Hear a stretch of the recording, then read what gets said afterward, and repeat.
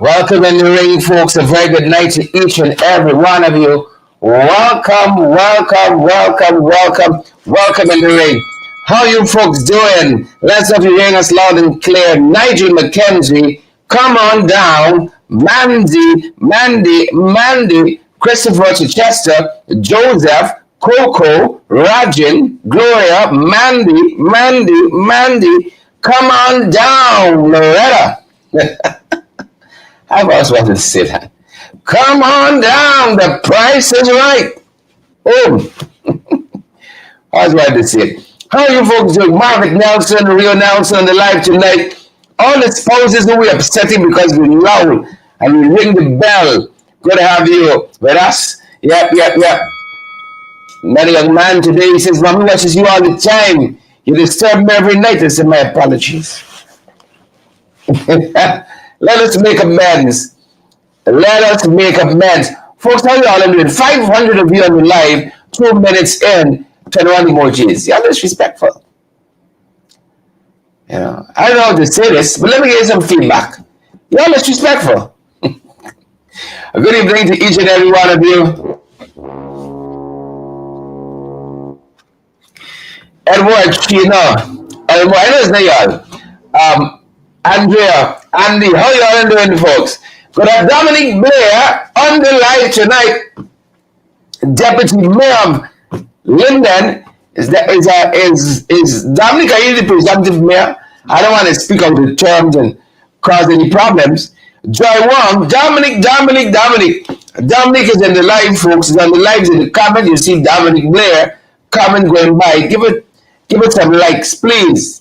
A deputy mayor out of Linden, a rising star in the political arena here locally. Good to have him on the broadcast tonight. Dominic Blair, come on down. Folks, how y'all doing up? Well, y'all like pushing by all over the place today. Was at the National Assembly. We had the vote of the 2024 on the general report pinned down by the stadium. Last night, I think I said, Walter Rodney wrote Capitalism and Slavery. Now, I know it's not Walter Rodney. But why would I say that? Maybe it was inebriated. Maybe I was. Maybe I were. I don't know. But Capitalism and Slavery was written by Eric Williams. Dr. Eric Williams, former Prime Minister of Trinidad and Jamaica. Another history, a luminary historian, Dr. Eric Williams. I still got my copy of Capitalism and Slavery, well, dog ear and so on, but still got it. I cherish those books, Capitalism and Slavery. Read it if you can. I just wanted to put an asterisk on that. I knew I was reminded, I was told, I think you got this one wrong, but I feel like I know this, but sometimes in just talking, y'all know I quiet. But y'all got me talking like this. All manner of things happen. Y'all like quiet. Peace-loving, uncontroversial, law-abiding citizen. Sheena Hazel, Christopher Joy, Joylyn, Margaret, Melissa, Dominic Blair. Don't leave us so early, Don't leave us so early.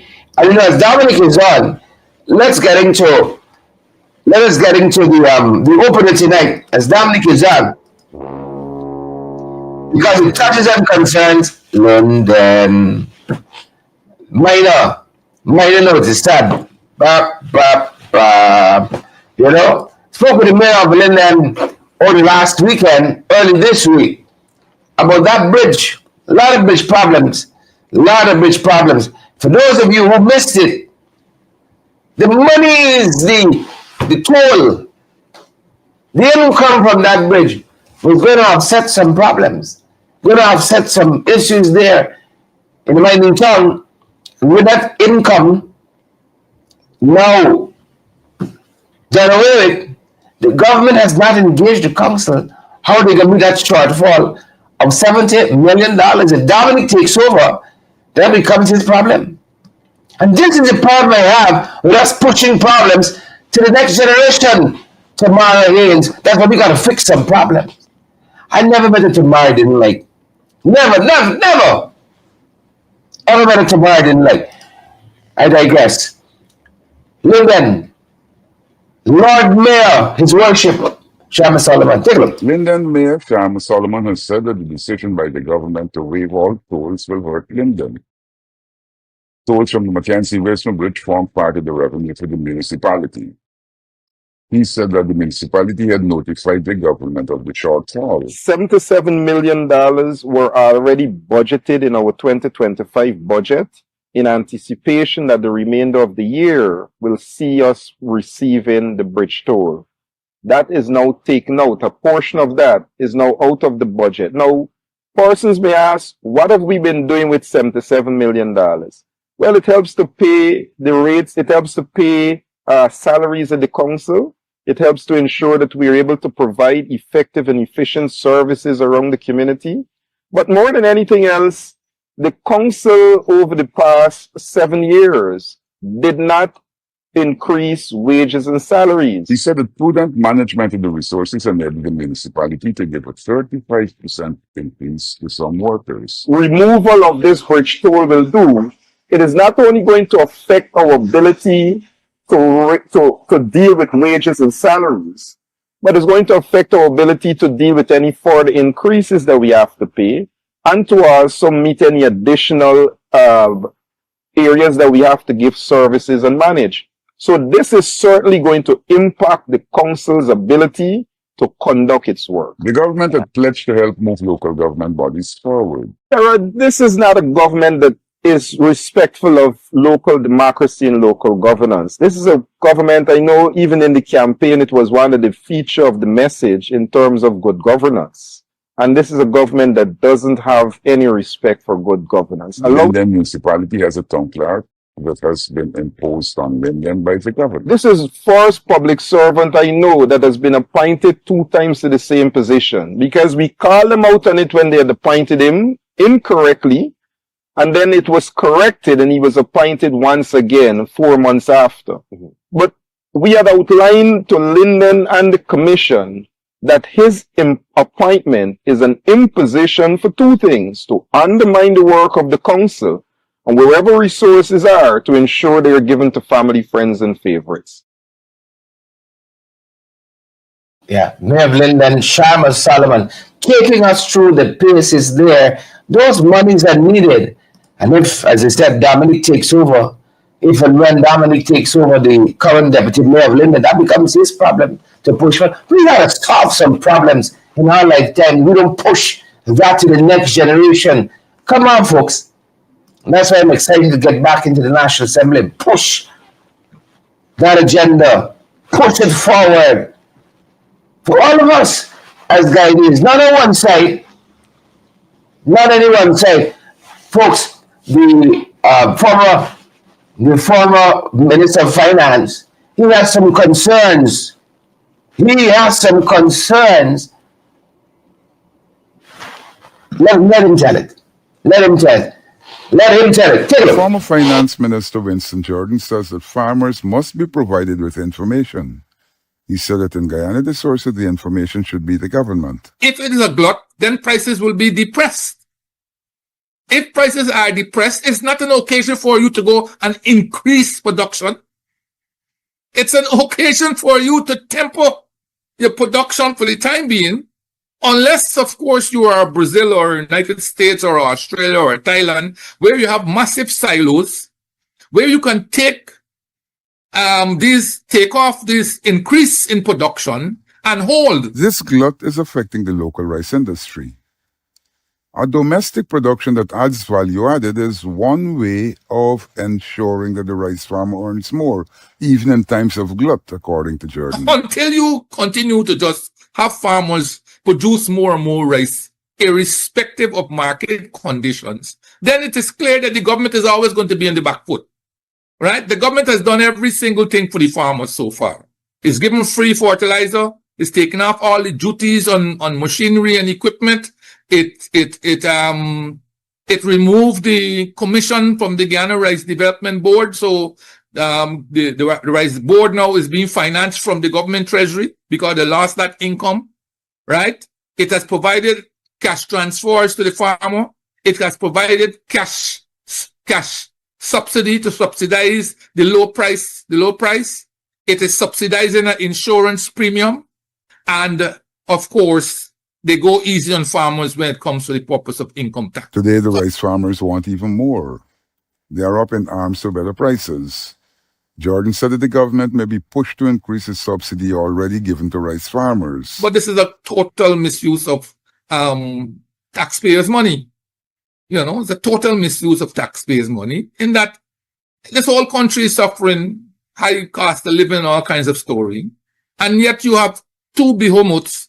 On the one hand, you have sugar, where you continuously paying to the rest of the world something like about 30 US cents for every pound of sugar produced by Gaisuku, right? For those who listen to the program, what I meant is that every pound of sugar that they produce, we are actually giving to the world 30 US cents instead of receiving from the world that 30 US cents. He said that the cost of sugar on the world market is 5 times less than the cost of production in Guyana.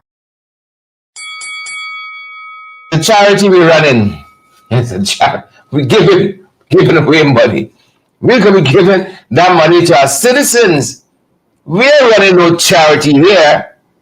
You know, journalists, folks, welcome to the broadcast. We apologize what happened on our morning broadcast. We had a blackout 2 power ships later. We had a blackout. And though we do have some of our equipment here on battery, this backdrop you see here, oh, this is a green screen. This is being projected. And if you know anything about green screens, you need power. You need good lighting. You need good power. So once the power goes, you're going to see some black seeping in there. That's a big green screen we got. We got 20 feet green screen behind us. That's giving us this wonderful backdrop here. And so once the power went this morning, the monitors and cameras still were on battery power, but the green screen is on the grid. Behind us, the green screen is on the grid, and that's where you started. And so we know the batteries aren't going to hold long. So we have no choice but to end the broadcast. You can't run a business like that. They promised us 2 years ago the Wales gas and solar project was going to be finished, and we get cheaper electricity, half price, 50% cheaper electricity. Clearly, they didn't get elected on that promise. Clearly, we got to hold them accountable, you know.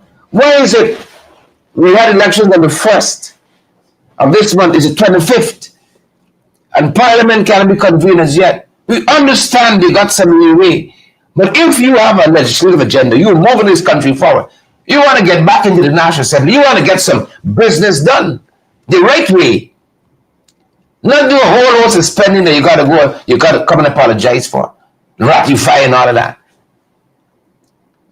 So why haven't they called the National Assembly as yet? Now, as I said when we started, I was part of a meeting this morning at the National Assembly. This is public buildings, Big Dam, Georgetown, where the Auditor General handed over his 2024 report.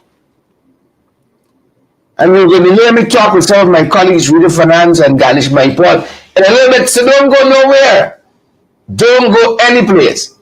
But I thought some of the information that was had in a separate interview of the clerk of the National Assembly is going to be useful, because some of our top-notch, big shot journalists asked him a number of questions. I thought the answers would be very useful to you in terms of the sitting of the National Assembly, in terms of the impending sitting of the National Assembly, how they're going to treat with reinvested nationhood, knowing that the party leaders under U.S. sanctions, knowing that several of the members of Parliament, they are going to also they have the bank accounts closed, how they're going to be paid. What's going to happen in that instance, and even whether they are members of Parliament currently. Am I a member of Parliament? Am I? You know, all of that has been addressed in this interview with the clerk of the National Assembly. The speaker received that audit report. There's a school of thought that says, you know, if you have a new president, how do you have an old speaker? How do you have an old speaker? There's a school of thought that says that. There's no speaker, there's no leader of the opposition currently. until a new one is sworn in. You see? And all of that gets asterisked because the PDP has not yet come back to the National Assembly. All of that gets asterisked. And sadly so, you would think with this big agenda, you heard Irfan Ali, the president, talk about they're in Washington at the moment, attending that UN conference, they're in New York rather, attending that UN conference. Jagrio, like a shadow to Irfan Ali, over there. So the whole country has come to a standstill because they're overseas. You in a country?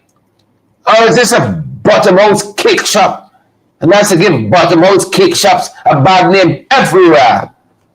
And that's not coming in easy. Coming in easy. And this free tenure. And then pick up speed. Because you can't drive the car in fourth gear. Listen to me. I believe this. And I'm going to leave on Brother Winston Jordan, former finance minister. Then as a politician, you have to have range. You have to know how to speak. You got to know how to also got your I's and cross your T's as well. Not so. You have to have range. Even a car, an automatic car, gear, you got gear stages. You know, you can't drive the car in fifth gear all the time. You can't drive it 100 all the time. You have to have range. So I promised myself. But it's estimate. Because they're doing a lot of silly things early on. I thought they'd be dotting their I's and crossing their T's. But clearly they aren't doing that. But so as I said, I digress. Some of the answers that were proffered by the Clerk of the National Assembly, Sherlock Isaacs, His Excellency, the Honorable, I thought would be very useful information for you. So we'll I think the Prime News journalist par excellence, there's even like the leads asks the questions. Take a look, folks, and take a listen. This is again the Clerk of the National Assembly responding to several questions from reporters on the sidelines of the handing over this Audit General Report of 2024 just this morning in the precincts of the National Assembly, in the MP's lounge. Take a look. Clerk of the National Assembly, Sherlock Isaacs, could you give us an idea what's going on with the preparations of Parliament? Only yesterday I received the letter from the Chief Elections Officer declaring 65 persons to be members of the National Assembly, I think with effect from the 22nd of September. I'm now awaiting the proclamation of His Excellency the President appointing a time, date, and place for the first sitting of the National Assembly, when the members will take the oath and the Speaker would be elected. Apart from that, there are a lot of clerical work to be done. Preparation of registers, letters to the Accountant General for the members to be paid their salaries and allowances, the vision list, and the whole works. We've started to work on that. We're just waiting on the proclamation of His Excellency. You spoke about salaries and preparation for salaries. Is the Parliament, the National Assembly, concerned that someone who has been sanctioned by the US would be coming into the House, and what are the implications of that? How would they balance paying things like salaries? Well, I've been asked this question about 20 times already. As long as a person or persons are declared to be members of the National Assembly by the Elections Commission, I'll pay him or her. do you pay your MPs via bank or do you pay? We pay by bank and we can pay by cash. What would be the option for that person who is seemingly? The person will be asked to submit his or her bank account to me. If I'm told that the person or persons don't have bank accounts, I'll then pay them in cash. It would be their problem to get their money into the bank. Mr. Clerk, over the years, we've had several occurrences in the National Assembly with regards to the conduct of members of Parliament.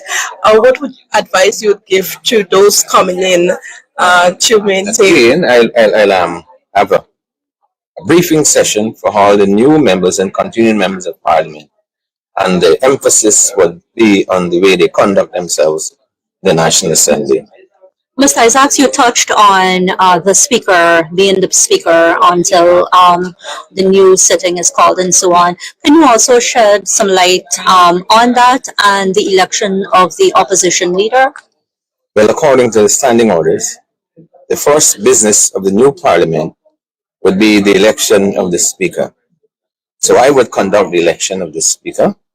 The normal thing, I'll ask persons to nominate someone, or they may nominate 2 or 3 persons. Then I'll have an election. So the persons with the highest vote will become the Speaker, and the person will take the chair and do the election of the Deputy Speaker. Then the other members, I would administer the vote to them. Have I answered your question? And the opposition leader. No, there will be a separate meeting, maybe on the first, or if convenient, or the second sitting of the National Assembly. I would convene a meeting chaired by the Speaker of all opposition members only, and he would ask to nominate a person or persons to be the leader of the opposition. If there's more than one person, we have the vote again. But only opposition members would be invited to that meeting, which would be chaired by the Honorable Speaker. And sort of functions of that office once that speaker is elected. Does that You're talking about the leader of the opposition? Yes, the leader of the opposition. Yeah. Is that person also paid by a year? Yes. Parliament? The Parliament office is responsible for the payment of salaries to the Prime Minister, all ministers of the government, all other ministers of the government, and members of Parliament, and the leader of the opposition, who gets the salary of a senior minister of government, salary and allowances of a senior minister of government. And the staff or if an office is set up? We provide funds for him to rent somewhere for an office and to pay staff.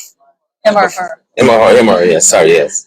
I must be gender neutral. Yes. Sir, Well, with regards to the office of the leader of the opposition, is there provision for the funds to be split? We see in the Parliament now you have 16 coming from WIN and 12 from APNU and 1 from FMG. How do you ensure that? the Constitution is clear. Only one leader of the opposition we can have.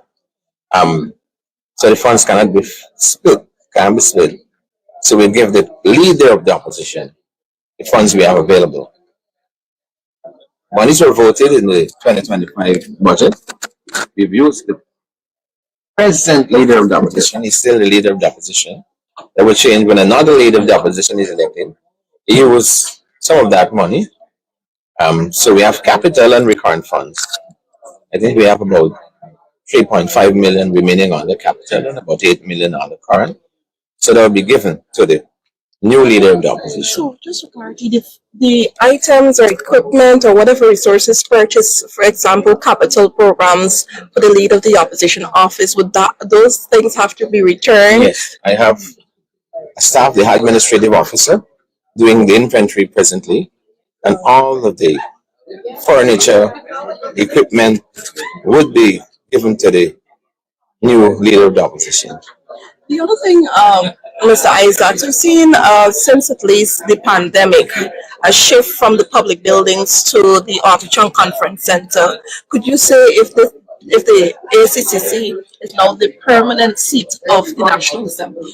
I cannot say that is above my pay grade. But the opening will be there. The new Parliament. Yes, I believe that we'll continue to use the Artichon Convention Center. We have our committee meetings at the public buildings.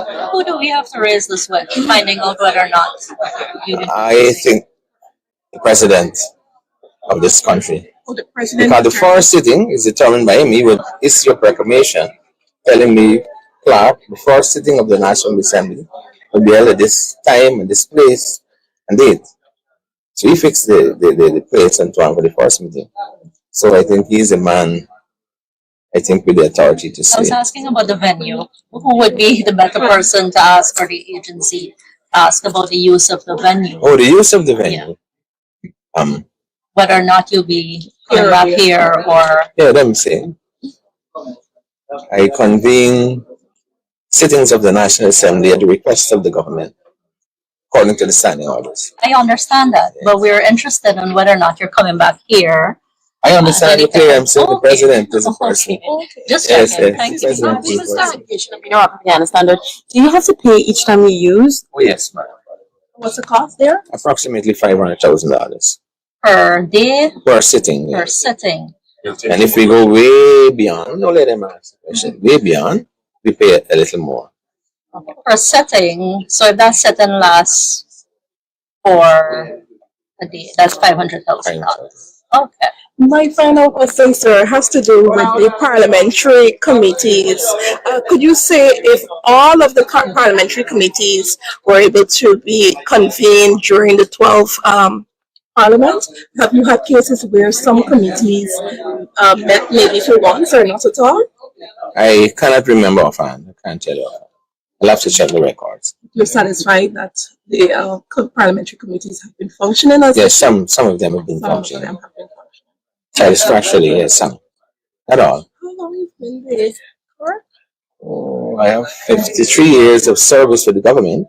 I've been clerk from 2000. I was assistant clerk from 1992 to 2002, and clerk from 2002 to present.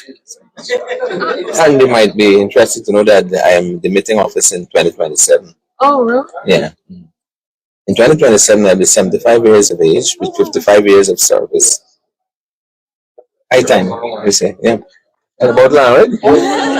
Yeah, it's too long. Yeah. How long do you ideally need to prepare for the new parliament? A week or so long. But I have everything in place already. I'm just waiting on the proclamation. And for the office of the opposition leader, do you wait until that person's selected to start the process? Yes, I have to wait. You know, politics is so funny. If there's a coming together now of the opposition parties, and they say they want, somebody else, and say, Yep. That was the clerk of the National Assembly, Sherlock Isaacs, there, the Honorable Sherlock Isaacs, walking reporters through several of those issues that we should all be concerned about as Guyanese, because you are the largest stakeholder in this. You, because of you, and perhaps some other things, there's the composition of the National Assembly the way it is, whether by act or omission. We're collectively responsible for that. So that was on the sidelines of the handing over of this 2024 Auditor General report by Auditor General Deodat Sharma, that brought the scrutiny of the government spending up to 2020. And so this new Public Accounts Committee that is going to be constituted when the National Assembly sits, that committee now has the task of scrutinizing the spending of the government from 2020 to where we are currently and beyond. Is it by chance we just got up to 2020 before the parliament was dissolved? Is it by chance? Or is it by design that we didn't get into the spending of the People's Progressive Party Civic from 2020? Is it by chance? A lot of spending. We have to wait and see. The Auditor General did say in this Auditor General report that has to be laid before the National Assembly, before it becomes public, he deals with the Tupui Bellevue contract. He deals with Barmere Primary School as well. In this Auditor General's report, he wouldn't go further beyond that. But we know that those issues have been dealt with. So if you're just joining us, we've been listening into the Clerk of the National Assembly, Sherlock Isaacs, give answers to several critical questions to reporters on the sidelines of the handing over the 2024 report.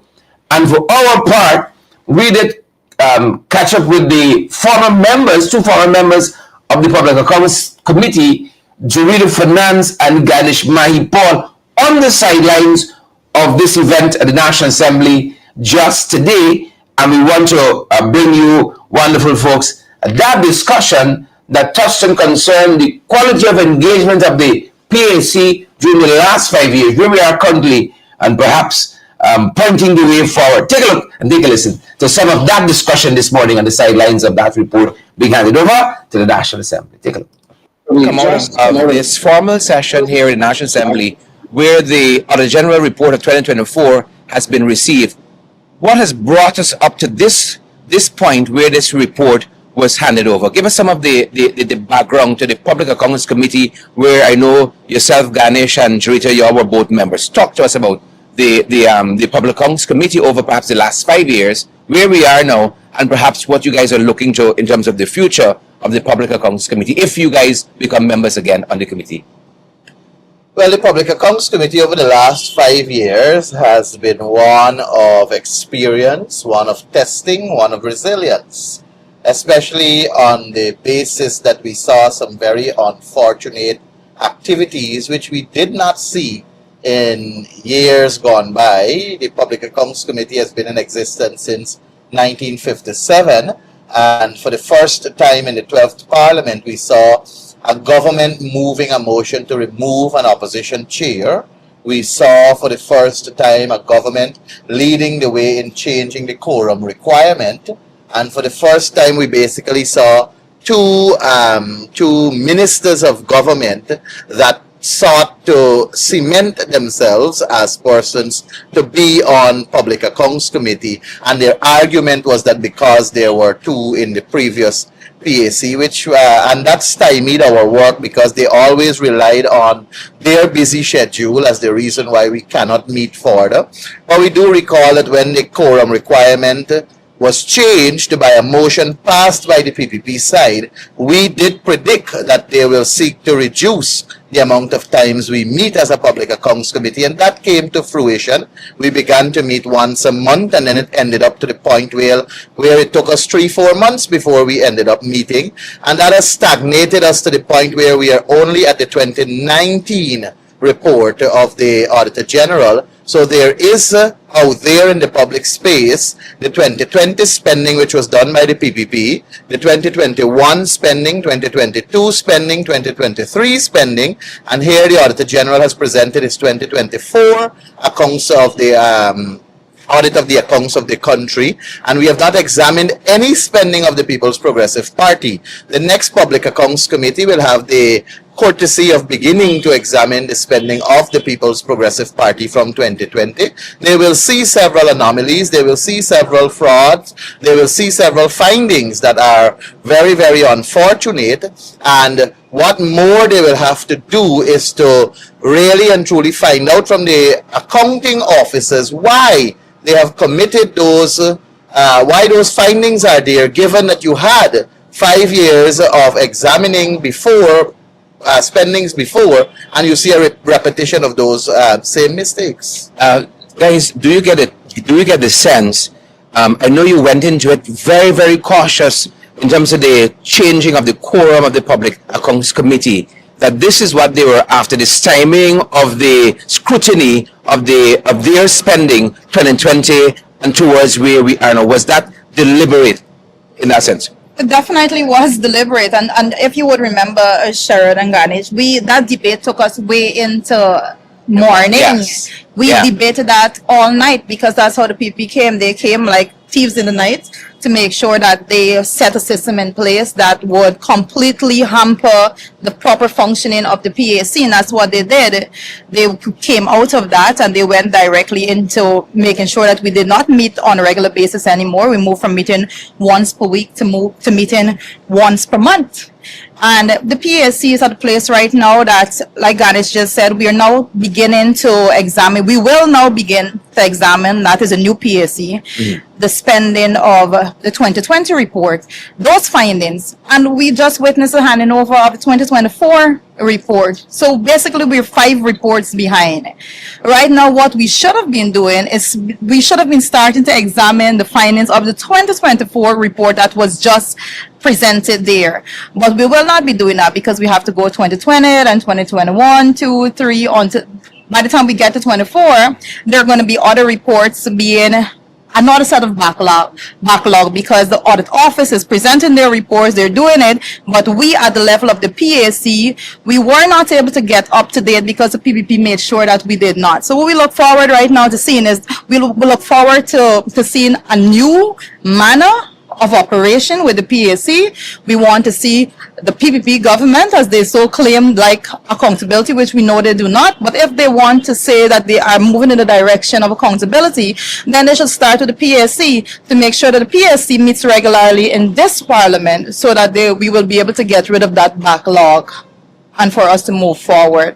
Yeah, a different dynamics as we come into the 13th Parliament. You've been through this process before, this timing of the Public Accounts Committee. The chairman complained about it many times. We saw as we discussed the changing of the quorum, they had said initially this was going to benefit democracy and greater representation, but we saw the end result of that. Julie sounded very optimistic going into this this new 13th Parliament that we'll get some changes. Do you sense, even with the new incoming members and with the 2020 scrutiny now on the table, that we'll get further into that? And Ganesh, I wanted to ask you in particular if part of this timing was to prevent this scrutiny because we were coming into an election where you might have had lots of red flags in that scrutiny of the 2020 accounts, and it might have caused a lot of apprehension in the minds of Guyanese. Well, I did say during the debates of the quorum change that this is what the government was seeking to do, which was to hide their spending. And they were seeking to hide the corruption, hide the fraud, and hide the exposure of these findings. And that is why they moved in the direction to stymie the calling of the Public Accounts Committee. So the focus was only on the coalition government years. But I am not too optimistic going into this new Public Accounts Committee because I don't think it will change the manner in which this government operates. I think they are yet to prove me wrong that they really and truly want to see a real democracy. I think they're yet to prove me wrong that they genuinely believe in good governance, accountability, and transparency.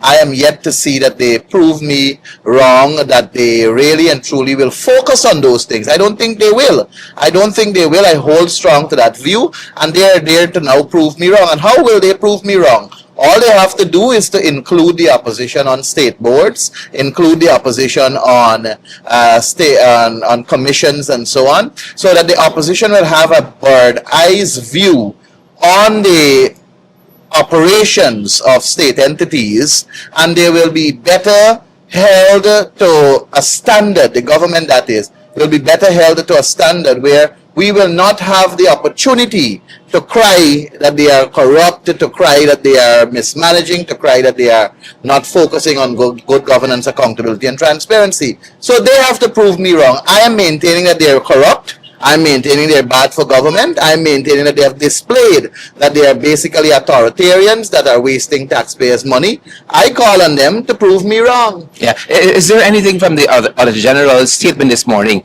that stood out to you? And are you concerned that 20 days plus after the general regional election of 2025, the National Assembly has not been called? You think that gives a sense that maybe the government does not have a robust legislative agenda, much less to want the kind of scrutiny that the PAC should be undertaking in this 13th Parliament? Well, I would say that I know the Constitution of Guyana gives the President 4 months after the dissolution of Parliament to recall it. So that will bring it to an end on the 2nd of November. So perhaps the government is extending their latitude by way of flexing their muscles, knowing that they have until the 2nd of November. Or it could be that they're still looking at the dynamics and how it's playing out and so on. But if I was in government and if we were there seated, I would have pushed for us to have the National Assembly convene. I would have pushed for us to meet, and more regularly also, because part of the guardrail of our democracy requires a functioning National Assembly all the time so that the scrutiny can be there to hold the government accountable. All right, Judy, your I take. have a little different opinion as to why they have not actually convened parliament for the new members of parliament to be sworn in. I believe that this is just a PP government saying that they have little concern about parliament. They have It's more the same. Exactly. They have been moving in that direction in the last parliament, in which you saw that they were calling parliament seldomly. And now that they're delayed to call parliament basically say that they have a little value when it comes to parliament and the work of parliament. You see them going out there. The president has named his ministers of government. They're going out there doing the work.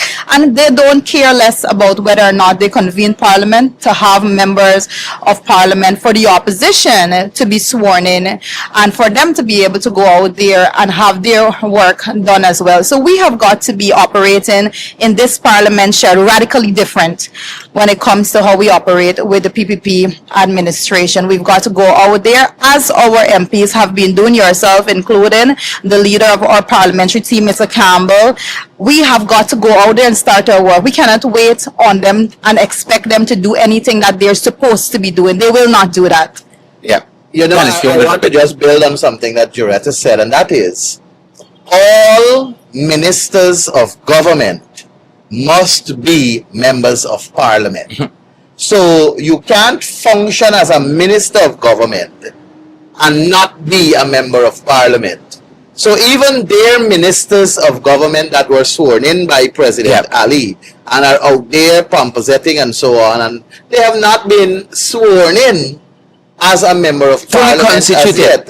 I know that the names have been extracted. I know that we are members of parliament from the time that extraction was done, gazetted, and the information passed on to the clerk of the National Assembly.